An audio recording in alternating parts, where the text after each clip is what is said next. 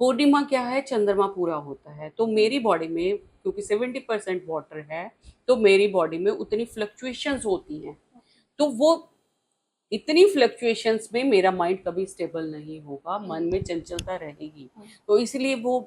हमारे ग्रंथों में ये लिखा हुआ है कि आपने पूर्णिमा के दिन चाइल्ड बर्थ नहीं प्लान करना, क्योंकि वो जो संतान होगी उसमें कुछ ना कुछ डिस्टर्बेंस होगी, क्योंकि आप खुद की हलचल आप देखोगे कि बहुत सारे केसेस होते हैं जहाँ पे सुसाइडल टेंडेंसीज होती है, क्योंकि वो लोग उन हलचल को संभाल नहीं पाते। अगर हम लोग खुद ही उसको नहीं संभाल पाते तो हम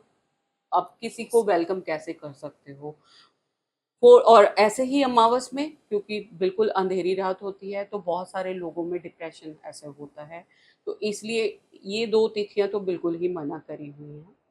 उसके बाद आ जाता है कि आप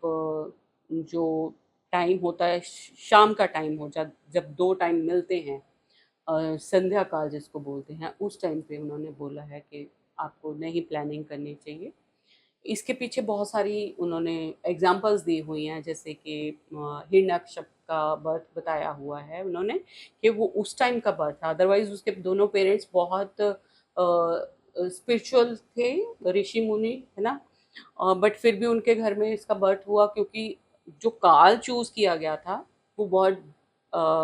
डिफरेंट, मतलब जो नहीं करना चाहिए उस टाइम पे वो चूज किया हुआ था, इसलिए सारी चीजों का महत्व है। बट अगर आज की डेट में देखा जाए तो आजकल कंसीव करना इटसेल्फ इतना मुश्किल हो गया है, तो पेरेंट्स के लिए कंपल्सिव सा हो जाता है कि आपका अगर आपका ओव्यूलेशन डेज चल रहे हैं तो आपको ट्राई करना ही करना है। तो कुछ फिर भी कुछ फैक्टर्स को अगर ध्यान में रखते हैं, सबसे पहले तो सिर्फ यही ध्यान रखेंगे कि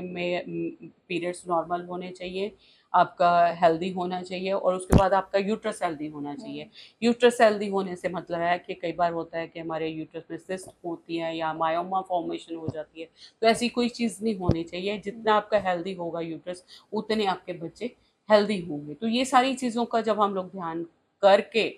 आप चाइल्ड बर्थ के लिए जाते हो, तो आपके बच्चे अवश्य ही हेल्दी होंगे, इसमें कोई डाउट नहीं है,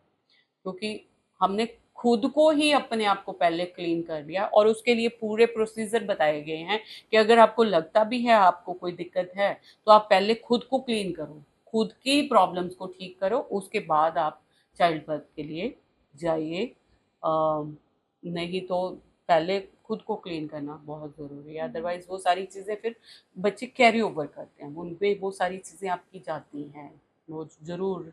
उसमें ट्रांसफ़र होती हैं, क्योंकि जीन्स तो वही रहते हैं, वो बेसिक एक चाहे एक सेल से ही शुरू होती है हमारी ज़िंदगी, बट उसमें वो सारी प्रॉपर्टीज़ आ जाती हैं जो पेरेंट्स की होती हैं, और जैसे जैसे बच्चा बड़ा होता है उसमें वो सारी चीज़ें उसमें ग्रो करना शुरू कर देते हैं। तो दिस इज़ द बेसिक, जहाँ पे हम लोग, और फिर इतने रिचुअल्स इसमें बनाए गए हैं कि अगर आप उनको पूरा करोगे, उसमें बताया गया कि जब हृदय में धड़कन आती है तो आपको उसको सेलिब्रेट करना चाहिए। सेलिब्रेट इन द सेंस कि आपको जितने भी हमारी जो एनर्जीज हैं उनको आपको नतमस्तक होना चाहिए, उनको उनके ब्लेसिंग्स लेनी चाहिए, आपको उस चीज़ को मतलब सेलिब्रेट करना चाहिए कि हाँ, क्योंकि थर्ड मंथ में हमने देखा है कि हृदय में जो धड़कन आती है, उसके बाद उन्होंने बोला है कि बच्चे की हर इच्छा, मदर की हर इच्छा पूरी करनी चाहिए। और वो हम पूरा एक टॉपिक है, मतलब 8 मैंने वीडियोस बनाए हुए हैं उस पे, हर फैक्टर को लेके। तो कोई भी देखना चाहेगा तो वो पीछे जाके देख सकते हैं, वो काफ़ी देर पहले मैंने बनाए थे, और काफ़ी बेनिफिशियल है। बहुत सारे लोगों की क्वेरीज आती रहती हैं, तो अगर मैं वही कहती हूँ कि अगर हम लोग पहले स्टेप पे ही, अगर मेरी बुनियाद अच्छी होगी तो नेचुरल बिल्डिंग हमेशा सॉलिड ही बनती है। Thank you so much ma'am, ये इतनी अच्छी इन्फॉर्मेशन और गाइडेंस देने के लिए। साथ ही अगर आपने हर सवालों के जवाब को चाहते हो तो आप आयस आयुर्वेदा को फॉलो कीजिए, मैम से आप बात कर सकते हैं, मैम का नंबर डिस्क्रिप्शन पे है, आप मैम को कॉल कर सकते हैं। Thank you so much.